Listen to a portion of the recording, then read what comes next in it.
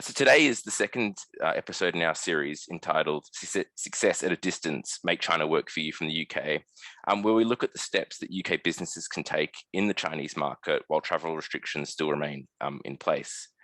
Today, we are joined by Jenny from TONG Digital, who will be covering the fundamentals of China's digital ecosystem, how our customers discover and shop, and the leading platforms today targeting different consumer audiences.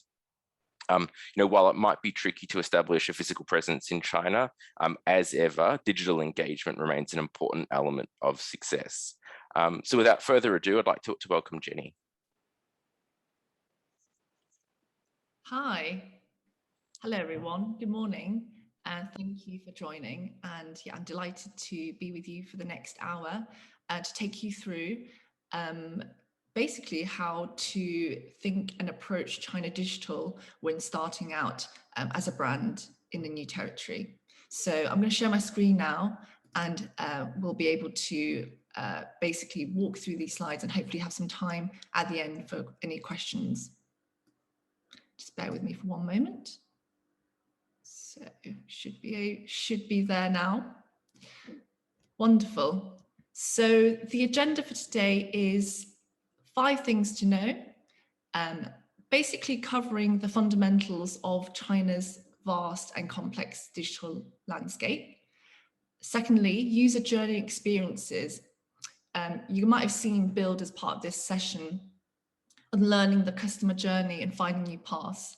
And this is where we're going to basically deep dive a little bit into exactly how consumers connect and engage with brands, which is slightly different to what we're used to across Western channels. And thirdly, getting started. So what are the pragmatic steps when thinking about planning from a content creation perspective, from a budget perspective, and also from an investment perspective here? So without further ado, we'll jump into the 5 things we should know when getting started. Number 1, the adoption of digital in China continues to climb, accelerated by COVID-19. So 992 million individuals, and as a country, are online and using mobile. Smartphone users in 2020 is accounted by a GSMA intelligence forum.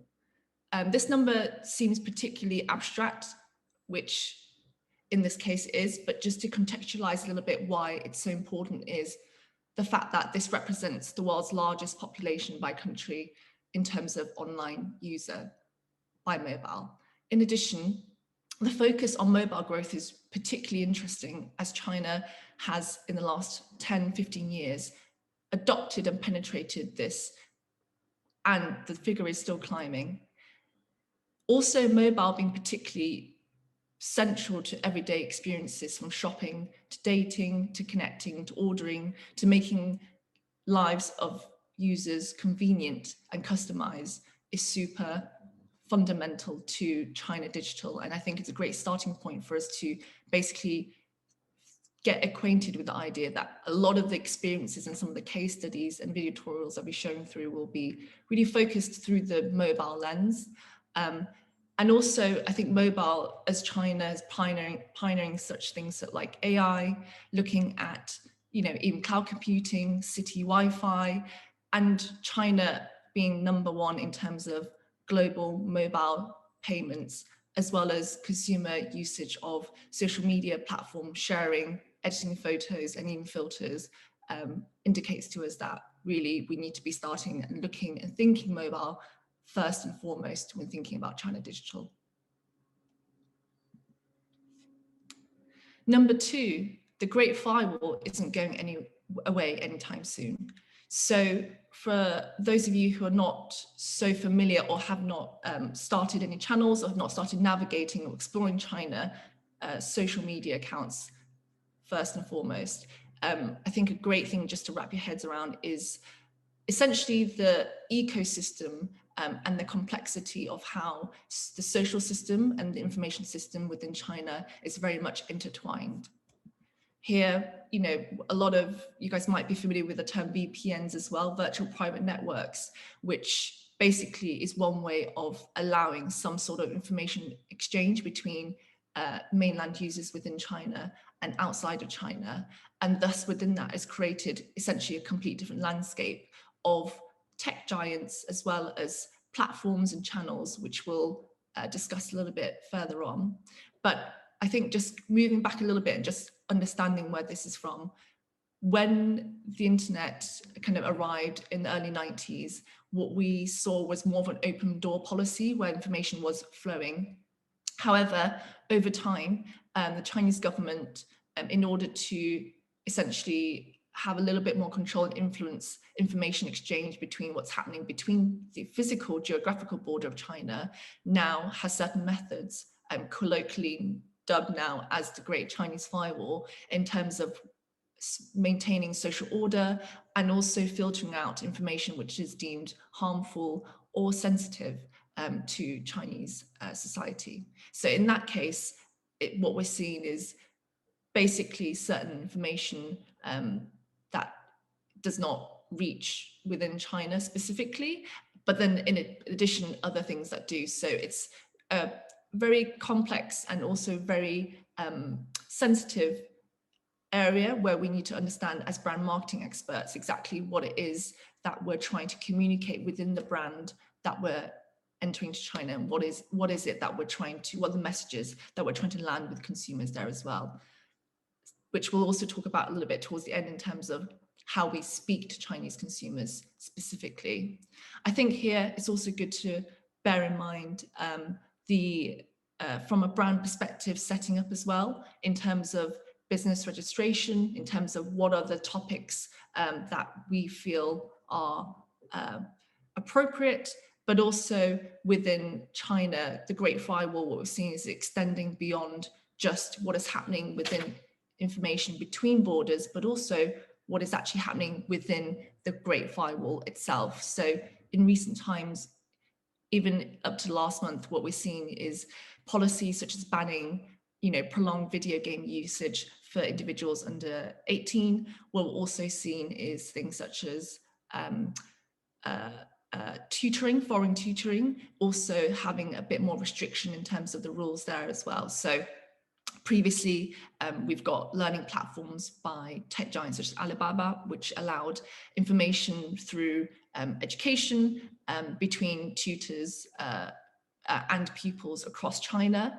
That is becoming more and more obsolete in the sense of what the Chinese government is now architecting from a social policy perspective as well. So it's just fascinating, I think, to bear in mind the complexity and also how enmeshed the social ecosystem, social policy, as well as the information ecosystem within China is as well. That affects social, professional lives of consumers within the market.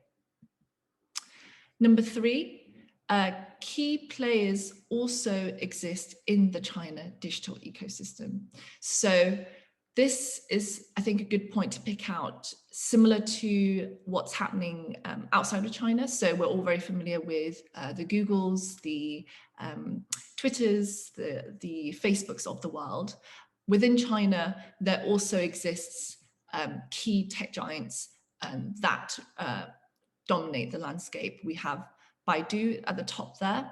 We also have Alibaba, which you guys will be familiar with just through probably news and media as well, Tencent and ByteDance.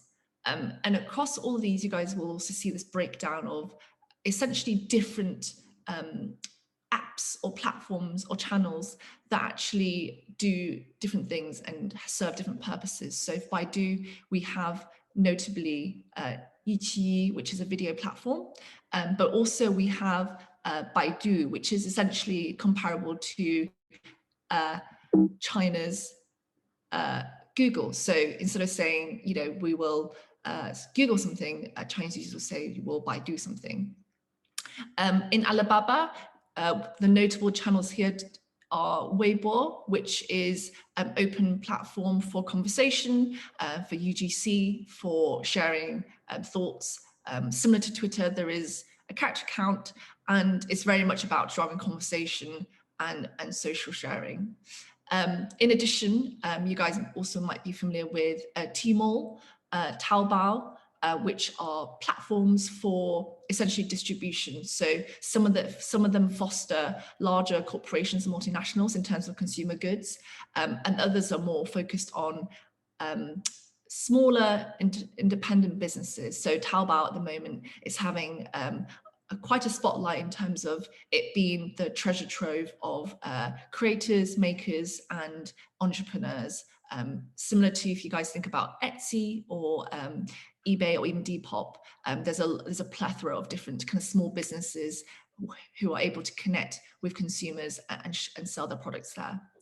And to note as well, there's Alipay, which is one of the biggest infrastructures for payments. So a lot of the social media platforms will actually sync up with certain payment systems within their own ecosystem. So within the larger ecosystem, what we're seeing is this kind of walled garden effect. So each of the large holding companies, tech giants, will of course direct and encourage users to interact within the other channels within their own walled garden, so to speak.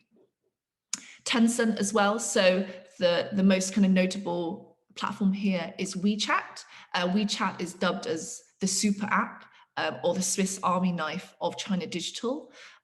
Here, WeChat does everything in a sense of day-to-day lives, accompanying Chinese users to connect with family, friends. There's dating functionalities on there as well, such as WeChat Nearby. You can shop, you can pay, you can connect professionally as well, you can search, you can follow brand accounts. The opportunities are quite endless there. The one thing to note with WeChat is, unlike Weibo, it's actually a closed platform. So you do need to add brands manually. You need to opt in to adding people, such as friends, brands, accounts, and so forth.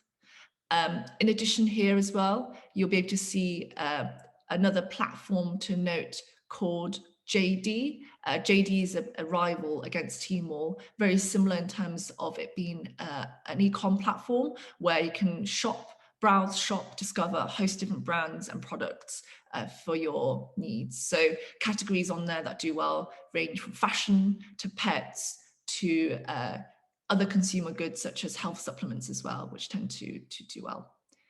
And ByteDance. So ByteDance, I think, in recent years has had a lot of spotlight, mainly from Douyin's outside of China counterpart, TikTok, but also ByteDance is known for Toutiao, which is a news platform, as well as a suite of other portfolio of other platforms as well.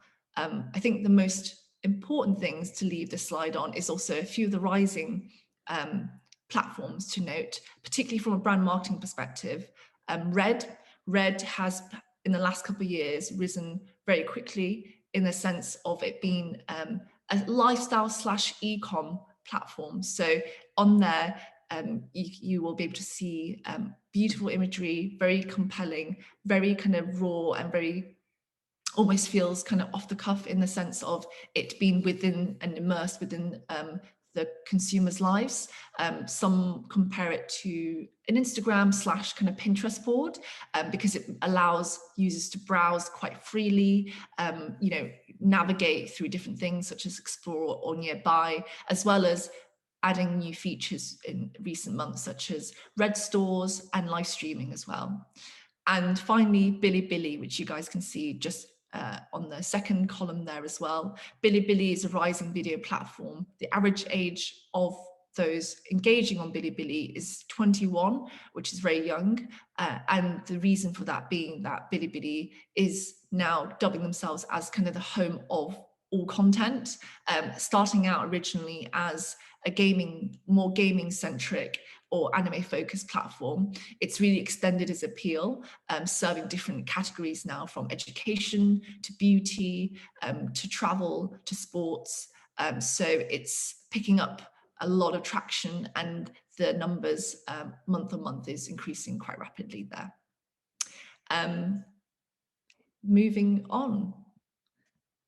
Number 4, China's leading innovation across online consumer experiences. So one of the things I think we laid in number 1 is just around how quick China's mobile adoption and penetration has been in the last decade. alongside that as well, I think it's important to note despite having a firewall and almost kind of an intranet for the geographical boundary of China, the innovation and the competition that has arisen from creating that itself has actually led to very interesting byproducts in terms of what tech companies are able to create and able to generate. And similar to point number one, COVID-19 has really accelerated the connectivity aspect. So it's really placed consumer experiences and here we've got 3 different examples just to kind of show you guys kind of innovation in different contexts. They serve different purposes from, you know, from a brand engagement to brand interaction to shopping and discovery. So the first one is an example of Burberry's mini program. Those who may be familiar with WeChat may also be familiar with the term mini program because a lot of brand WeChats also consider or build into the infrastructure what we call a mini program, which is essentially an app within an app. So with this, what happens is usually as a user, you go to the account, and you also have the option to opt into the mini program. And as you guys can see, it's a very kind of seamless journey where it integrates social aspects to shopping aspects to also very editorially led aspects. So product is in there as well, to stories. And in addition, it can connect quite seamlessly with offline stores in terms of shopping destinations. And most importantly as well, I think the importance of the mini program is to allow users to feel immersed within the brand world. So you can see that little avatar there, which is the Burberry avatar. And I think, again, that syncs up really neatly with some of the offline and hybrid experiences that's happening in store. The avatar is really there to represent a guide in the user journey, and it's basically to help tie in the whole experience together. So again, it's just a nice touch. And I think what you guys might notice through China digital experiences is these touches of gamification, which is essentially deploying mechanisms of gaming within other contexts, particularly here for marketing purposes. The next moving example, you guys will see this one is a Red live stream.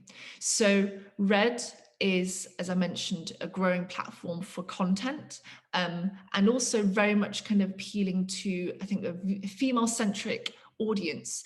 And within that, beauty, lifestyle, fashion as categories particularly do very, very well. Red has been quite aggressive in terms of rolling out new functionalities on its platform. So what was shown here is literally a virtual live stream that's happening. It was happening in real time when this was recorded. And Swiss, which is one of China's leading health supplement businesses, are leveraging this platform to essentially use a real host who can virtually set up almost a teleshopping channel to promote, to educate consumers about the product. And you can also see that some of the functionalities on Red earlier allowed swipe ups to look at certain products as well. Just pause Burberry. And then finally, Bilibili Bullet Chat. So I wanted to draw attention to this as an additional functionality within Bilibili system itself. You guys can see the playing video there with words moving across the screen, which might look a little hectic to us as it's something that is not widely adopted on video platforms here outside of China. However, one of the things that's really kind of defined Bilibili and its actual cultural colloquialism and cultural nature of what's happening on site is this aspect of community. And I think that's, again, something really important to take in mind when thinking about brand building is what is the consumer kind of, what is it that we want consumers to feel? How is it that we generate advocacy? How is it that we move them along the marketing funnel in such a way that they can interact with each other as well and have conversations? So the Bilibili Bullet Chat, what it does is actually takes content from the community and it plays that across the screen, whilst the the video is playing itself as well. So you get to feel this real kind of immersive nature of watching the content and actually seeing comments move across the screen as well. It does take a while to adjust. It does feel quite hectic when it's happening, but it's a very interesting. It's been very well received within the platform. And again, speaking to the gamification aspect, Bilibili started out having a very strong user base across gaming, and it's kind of borrowed some of the aspects of that, which has worked well when the platform rolled out in a more mainstream way. And number 5, as barriers to connectivity reduce, the face of Chinese consumption is diversifying. So I think, again, to leave this specific section on, speaking about mobile, speaking about adoption, there is a generalization that, you know, Chinese consumers, as any market, can fall under certain categories, operate in certain ways, and respond to certain things. And I think it's really key here to basically reflect on the reality that China is a big market that represents individuals at home and abroad, is a classification of different individuals who have different needs, who have different motivations, and who have different challenges. So a few kind of key stats just to kind of pull through here to leave you guys with some thought is 45% growth in Chinese luxury spend in 2020 versus 20% global contraction. So COVID has changed things quite a lot in terms of the swing of momentum, the swing of the world order, so to speak. I think global luxury is really an indication of consumption in some ways, what consumers are placing their priority and emphasis on. As China across the last 18 months has adopted a kind of closed door policy for COVID, and just to safeguard and keep infections low as possible, the markets bounced back much quicker than international markets. So in addition to that, just coupled with the first stat, Bain & Co last year released a report which predicted 48% of global luxury spending by 2025 to come from China specifically. So here what we're seeing is a rise of a large group of individuals who have large purchase power. That then leads on to my second point. 170 million make up China's rising consumer class, born post-95. So this is essentially what we call kind of like tail end of millennials to Gen Z. Again, whilst they might be categorized by age, within that specifically, we're seeing a very diverse group of individuals across different places, with different motivations, with different consumer who express themselves differently, who align with themselves with different consumer identities. In our last report from TONG, we talk about things such as, you know, sea turtles, international students coming back to the UK, and really bring influences of some of the things that they have experienced or purchased here back into China, and growing kind of brand awareness that way. We've got, you know, again, different tribes from Shenzhen woman to slash youth, to small town youth, to silver economy as well. And it's just really important to, again, think about the diversity of the faces of China when thinking about marketing as initial principle.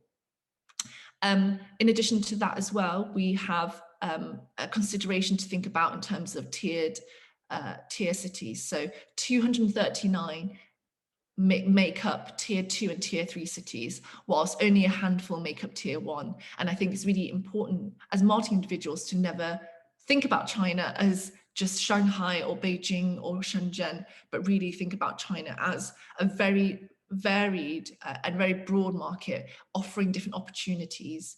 Alibaba report released a report off the back of Double 11, which is one of China's biggest shopping festivals last year, accounting 70% of its new membership growth from tier 2 into the tier 3 cities.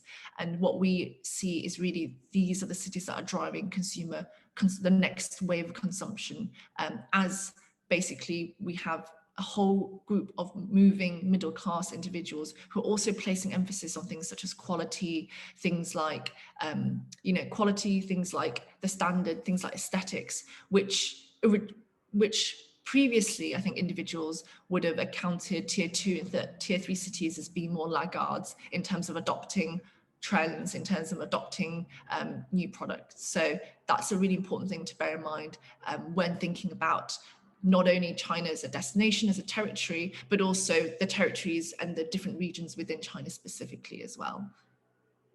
And then finally, just a small thing to know, I think getting to know consumers really, at least from our perspective as an marketing agency, is really the fundamental aspect. So, you know, in the most recent 12 months, what we're seeing, even just to leave you guys thinking about more, is within cities as well, what are young people's attitudes and behaviors towards changing social norms or changing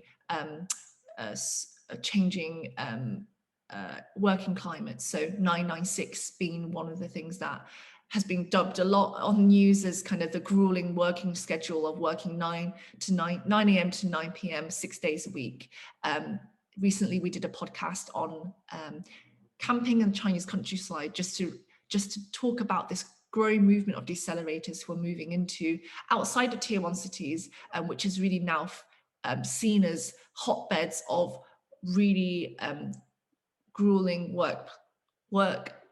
working culture with not much work-life balance there.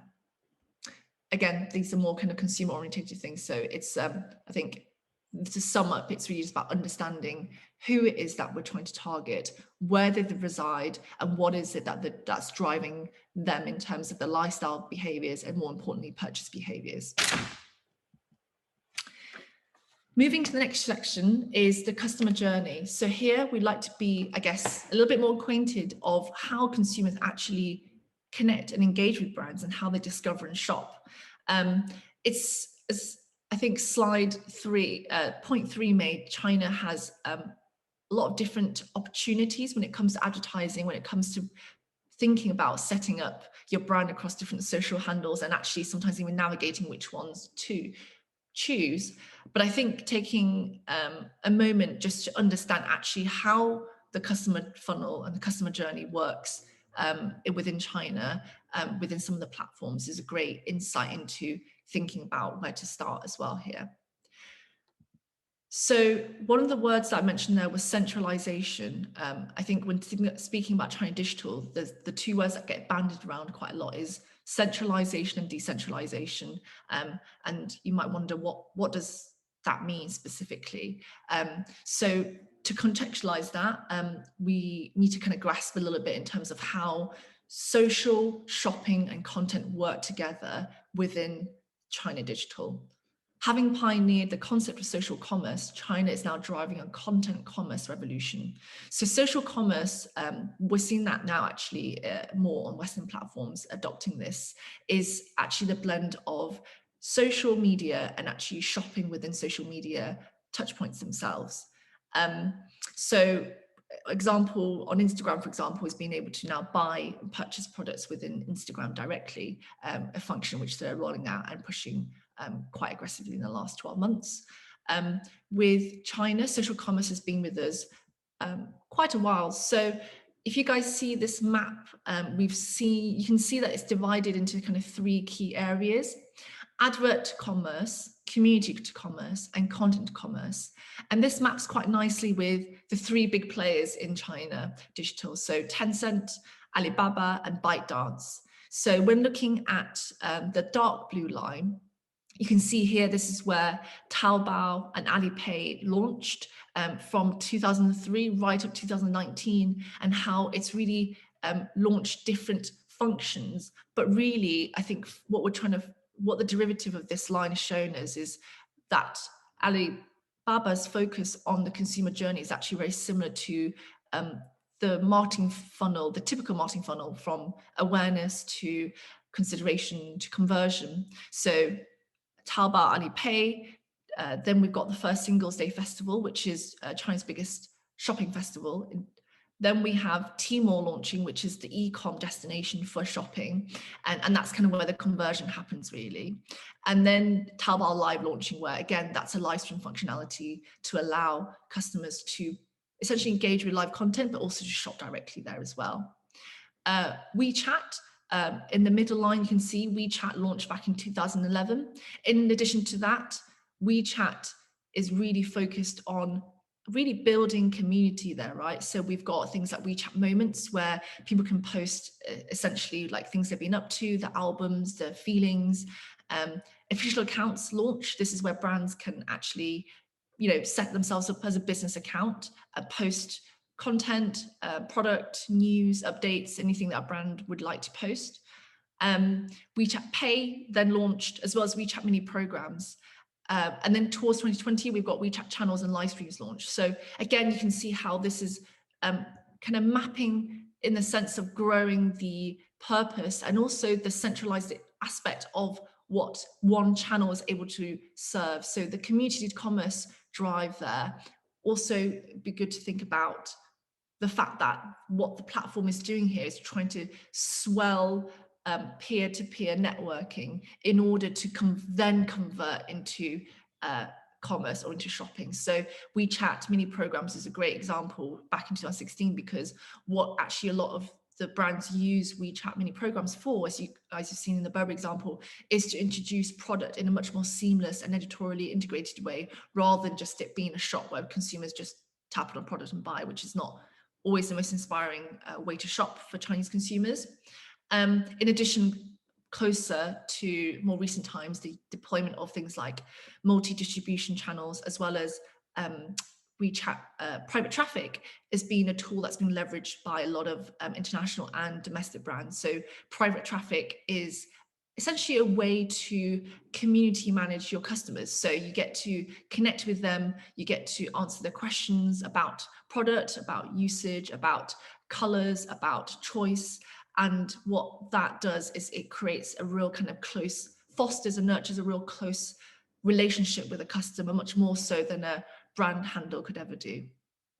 How that actually works in more detail, if you're interested to know, is really that setting up multiple individuals to govern these accounts. So it's quite a manual process in that respect, but the payoff there is that you get more meaningful, more engaged customers that's operating in different groups. So Perfect Diary is a Chinese beauty brand that has really kind of shown the success of doing this by creating thousands of private traffic groups in order to allow females or males who are interested in buying their products to interact with their virtual, well, dubbed as their virtual kind of operator, but really it's being handled by community managers in the back. And then more recently, the content to commerce revolution. What we're seeing here is integration of how we are converting content into shopping, essentially. So Red back in 2013 launched, Red stores then launched as well. You guys saw that reference with the Swiss live stream and the Swiss Red store. Douyin, which is part of ByteDance, then launched.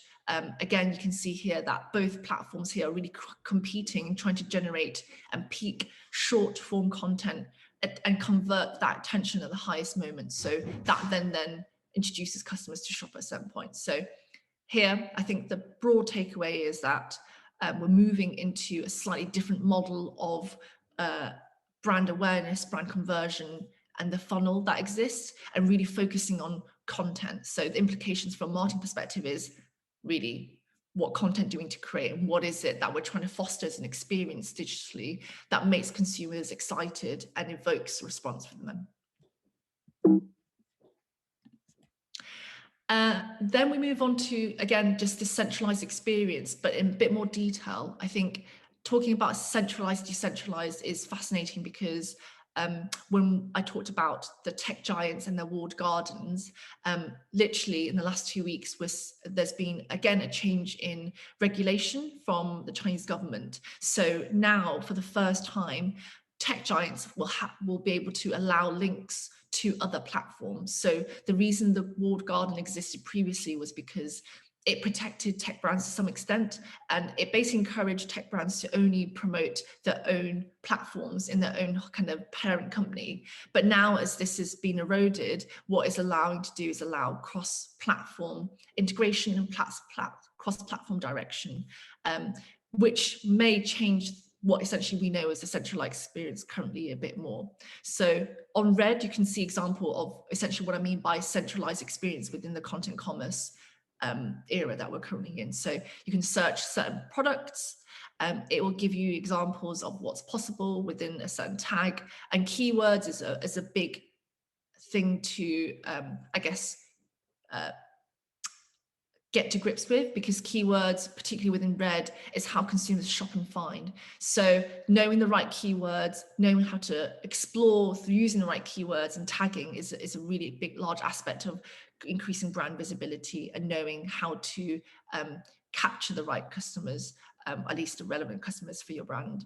So here, again, you can see within red that we're moving across different screens, because we can see that within the function itself.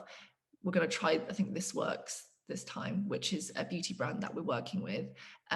But there is live content, there's adverts you can see as well. So one of the things about red, similar to other platforms for advertising, is really we need to think about a dynamic aspect of what we're trying to invest in. So we've got advertising, but also we've got to think about not only advertising in terms of paid ads, but things like seeding. So do we need to be gifting to consumers so that there is content at least there from a baseline perspective, a foundational perspective, to get the brand awareness at a foundational level. So there's a baseline there for consumers to know that there's a legitimate product or legitimate brand on the market.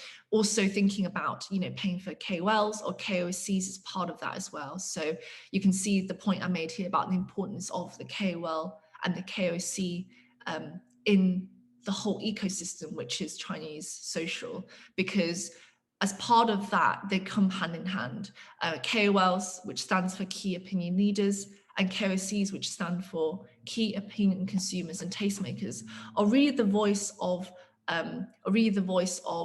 Chinese consumers, as really the face and the voice of Chinese consumers, as they're representing and showcasing the lifestyle and the world of the brand, whether you're a consumer product from health supplements all the way to if you're a jewelry brand or you're a travel company. The most important thing is creating that intimacy and that bond and that relevance for Chinese consumers to know and see other people. And the red store and the red platform here is a good example of how we integrate brand content, but also it's actually within the context of a system which is very much user generated. And also you can see the live stream example that we had for a moment there, where there was the shopping aspect as well. And then I think one of the other things to think about within digital that might open thoughts for activation down the line or logistics down the line is really digital as part of the overall experience within retail. So digital, right up to now, we talked about digital as a way of marketing. It's about success at a distance. It's about being able to enter markets and actually start there when it actually means that we don't physically have to be there. But I think one of the things that we do also need to account for is actually within China, within new retail, which is basically the alignment of customer-orientated consumer experiences, convenience, and customization, is this synergized approach to the customer experience. Digital is part of that, but it's not the only thing that drives the overall consumer experience. So 1.1 trillion dollars is the predicted forecast by end of this year, the growth of the e-com market. And e-com doesn't just mean purely digital players, purely digital online brands. This is just purchases from and a value of e-com, the e-com market in itself as a whole, but that also accounts e-com as the context of part of the omnichannel experience as well. So omnichannel representing the streamlined, seamless nature of delivering a product experience and consumer experience together. And that leads to my second point around 15 times consumer touch points that needs to convert customers within the marketing funnel versus 7 in the West. So there is more opportunity to speak to customers at different points, not only just digitally, but also thinking about offline as well, which we won't go into too much detail here, but also thinking about what are the steps that we need to be thinking about when architecting the consumer experience as well, because it's not just about a simple looking at a product, being reinforced a message, seeing a KOL doing it. There's a lot more, I think, of a not only thinking about channel perspective, but actually about how we think about consumers in terms of the journey of discovery right through to purchase, right through to converting them to become advocates potentially as well.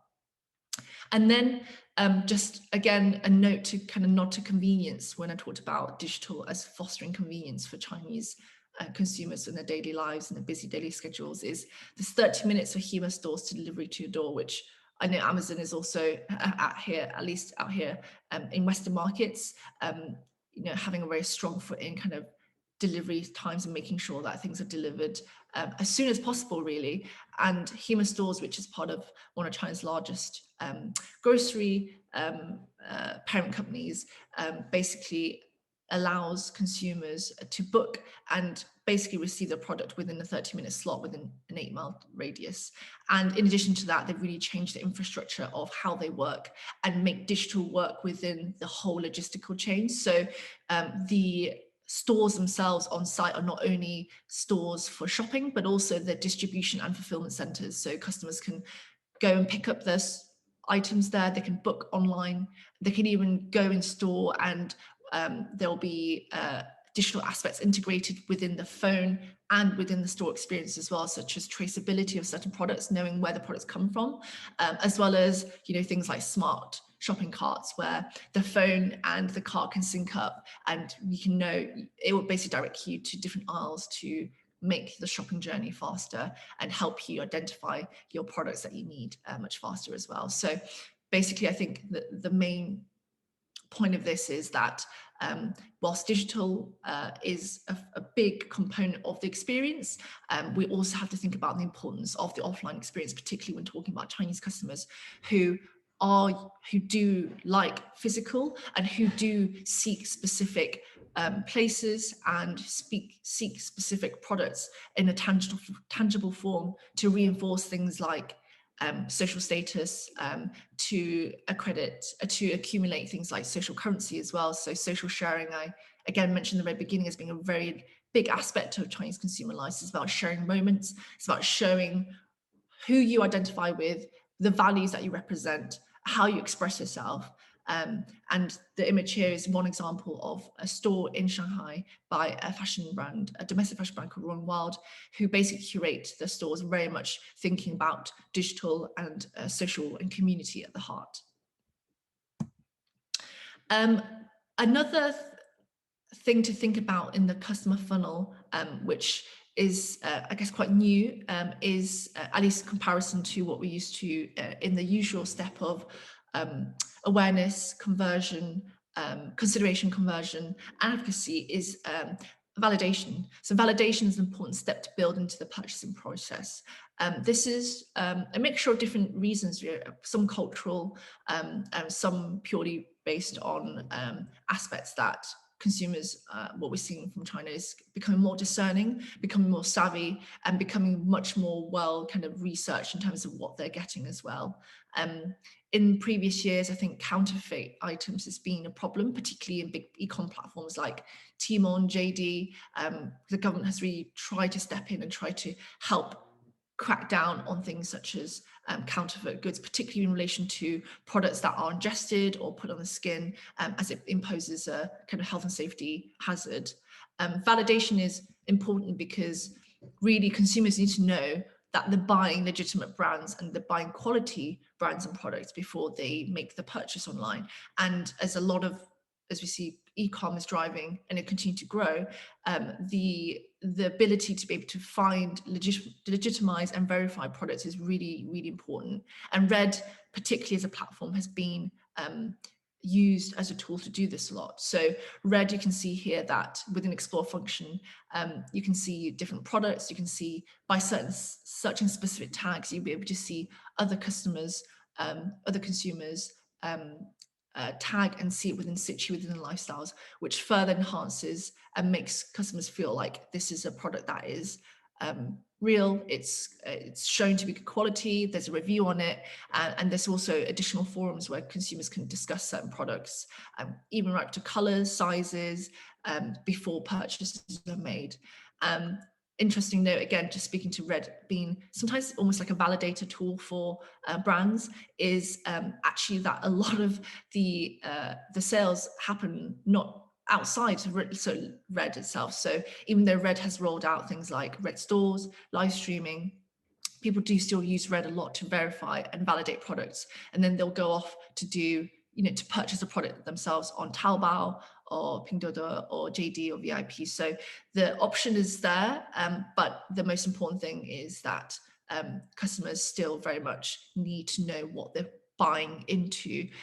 So from a marketing perspective, I guess the implication here is, what is the baseline level of brand awareness, or what are the tactics we need to deploy in order to make sure there's at least some presence of the brand in a credible way, so that customers, when searching a brand from the beginning, there is attraction to be built upon, rather than starting from complete ground zero. Because if we're, for example, advertising and spending media money on capturing customers, but then they go on red, for example, to search whether this health supplement is used by others and there isn't, that's creating a barrier to purchase already. So that's where, as discussed before, around thinking about strategies for payment, whether it's seeding to influencers, whether it's paying KOLs or KOCs to leave reviews, is something worth considering.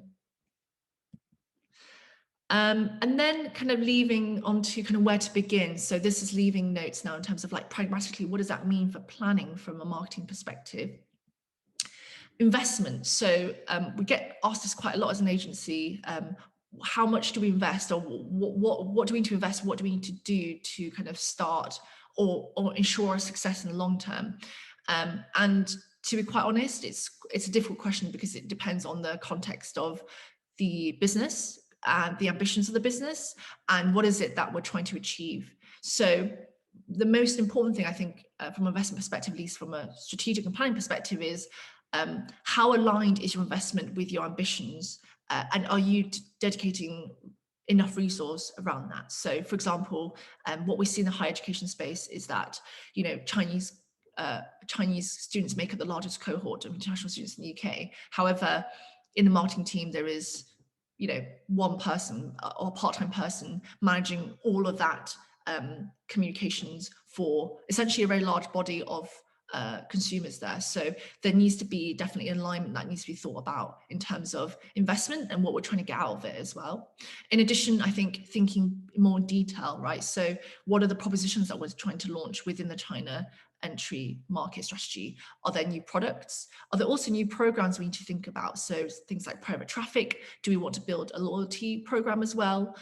These things do take planning and will require investment to build infrastructure.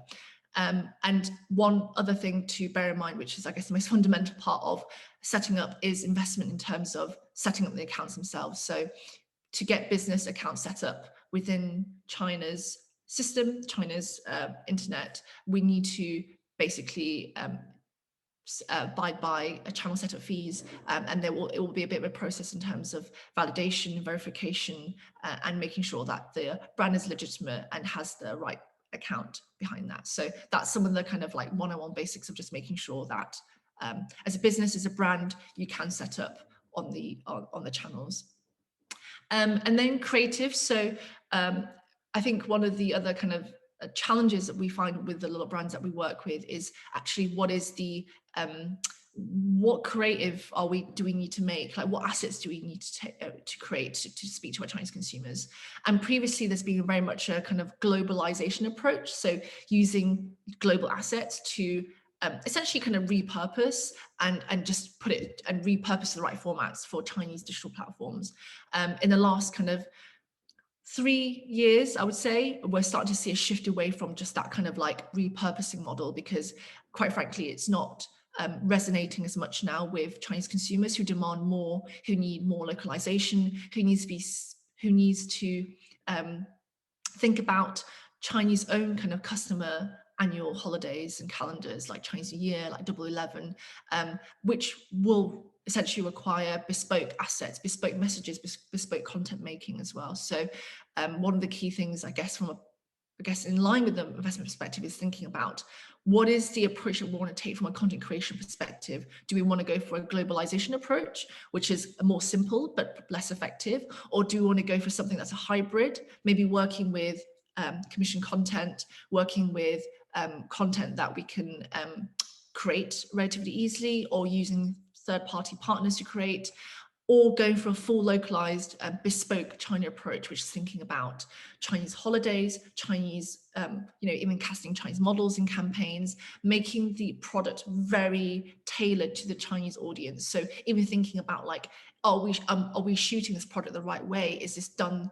Is this copy? Is this content created with a China consumer, China psyche in mind?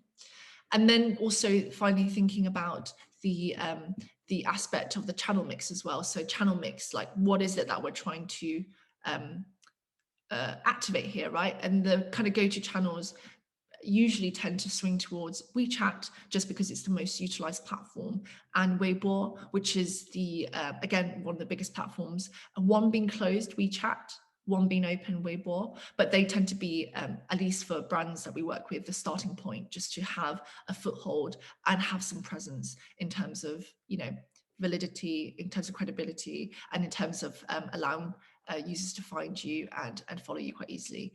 And then in the future, what we tend to see is brands kind of being a bit more adventurous, launching, trying new platforms such as Red, Bilibili.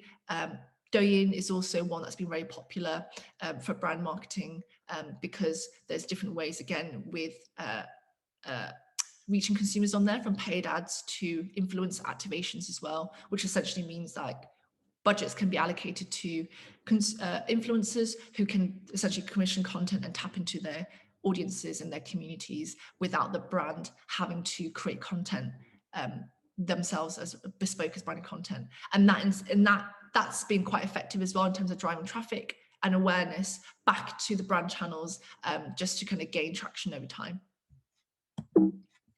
And then finally, to leave you guys with a leaving note, which is Guochao, which is a rising trend. You guys might be familiar with this recently. It's in line with, I guess, stronger consumer confidence from Chinese consumers, from a cultural perspective as well. What we're seeing is a lot of young consumers kind of following this Guochao trend, which is basically a mishmash of Chinese traditional aesthetics, as well as kind of modernized kind of visual cues and a lens of reinterpreting those. I think this really speaks to us as brand marketing individuals in terms of thinking about cultural fluency, thinking about consumer empathy, and also thinking about kind of commitment to really understanding who it is that we're trying to reach, first and foremost, and kind of the nature of what they respond to with quite a rapidly changing climate. So talking about China is great to grasp, I think, the digital aspects in the platform capabilities, but actually at the root of it as well, it's really understanding the consumer attitudes, behaviors, and also kind of the changing cultural landscape that is happening within the market right now. So that neatly takes us towards the end of the presentation. Thank you guys for tuning in. To leave with you, TONG is a marketing agency. We're a cross-cultural consultancy, creative studio, and social digital agency that helps brands enter and scale in China. And we've got a podcast you guys can listen to as well, called Tracing the Trend on Spotify, which will give you guys some more, I guess, context to some of the cultural movements happening as well. Thank you.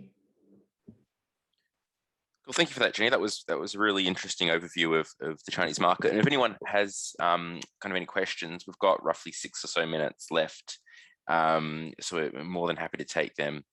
I mean, I'd just like to pick up on one question that I had, was around kind of the walled gardens of China, Chinese social media. And I guess there's kind of two elements to my question. One of them is around kind of, is it getting better? And we have seen a bit of a government crackdown on kind of monopolies and elements like that. And so is the government taking steps to kind of help break down some of that walled garden? And then, if you are forced into a silo, kind of, how do you pick one? Is it the Swiss Army, app of WeChat? or do you just kind of have to duplicate operations across the different apps? That's a good question. Yeah. So I guess on the first point around the walled garden effect and what's happening. So things are changing quite quickly. It feels like things are snowballing quite a lot. But yes, I think the bid by the government to reduce kind of this walled garden effect is essentially another bid to increase competition and innovation, which comes with opportunities and challenges. I definitely think from a marketing perspective, because one, it's, you know, we're educating and trying to kind of learn and grasp and navigate these platforms within the ecosystems they sit within themselves, the walled gardens. But now, because of the freedom to direct links to other platforms, so we can go from, you know, WeChat to Weibo to, you know, Red, whereas previously you'd actually get penalized, even kind of banned sometimes doing that. I think it's a positive move, because what we see is that we can give marketing individuals more freedom in terms of choosing the right places for them to market and serve product and serve messages as well. However, on the other hand, the challenge there is actually getting to grips with the opportunities as well. It's a bit of it's quite a lot to grasp even today. You've seen the choice there in terms of what to choose. But I think a focused approach, particularly when starting out, is important. And what we see is actually, as I mentioned, like the focus, WeChat has always been the focus just because it's the biggest, most widely adopted platform. And for new entrants, I would say sometimes being cautious and actually just it being part of the journey itself. Is about being acquainted with one platform and then actually learning and growing as your business grows within that context as well is a good approach. At the end of the day, you know, it's very rare that we'll have 6 different platforms running at the same time, all doing exactly the same things, because the platform functionalities and formats are completely different. You know, it's like, for example, a lot, if marketing individuals are thinking about in comparison, like Facebook and Instagram, you know, if we're trying to take an approach of being truly bespoke to the platform, we have to play to the platform interactive elements, and therefore the user journey, the culture within the platforms is not going to be something that you can replicate easily within another platform. So we have to think very bespoke. So therefore, I would say thinking cautiously, thinking considerately is probably the best way, and taking time to figure out what is the most appropriate for your purpose and what you're launching. So, I mean, now that the kind of sharing between apps is allowed, I mean, are you seeing any brands, for example, kind of focusing, you know, for example, focusing people back to like their .com or .cn websites, or are they still kind of playing within those ecosystems? That's a good question. Yeah. So this is still very new. So we've not really seen this in action per se. This is, I think, only last week, if this is happening. So, but our prediction is that I think generally what's been entrenched in the last 10 years with mobile adoption is the fact that people just shop social, people just shop content commerce. I don't think that people are going to go, at least from our view, backwards in the sense of to .com. I think it still be within the ecosystems that's been set up. However, there'll just be more direction and more kind of cross wiring, as opposed to going backwards into a main destination, so to speak, because as you guys have seen, that even within the centralized experience, there is still a suite of different functionalities that allow different things. So I think consumers have adopted that to the point where, you know, again, unless you're you know, a huge multinational that has the room and has the need to have a whole central database and whole central destination to hold everything, you know, investing in a .com or .cn is, for the time being, not something that is a huge priority from our perspective. Yeah. So even though the rules and regulations may have changed, there's a lot of kind of built-in social momentum there. So people are still going to stay within these apps, and so you've really got to play in the space to make it work. Well, look, Jenny, thank you very much for that. That was a really interesting overview and conversation. I'm just going to quickly share my screen just to update people on what's coming up. So kind of continuing on with this series, looking at you know, how to kind of achieve success in the Chinese market while not being able to get out there. So next week, we're looking at if you have the kind of financial resources in order to kind of make China work from an investment perspective.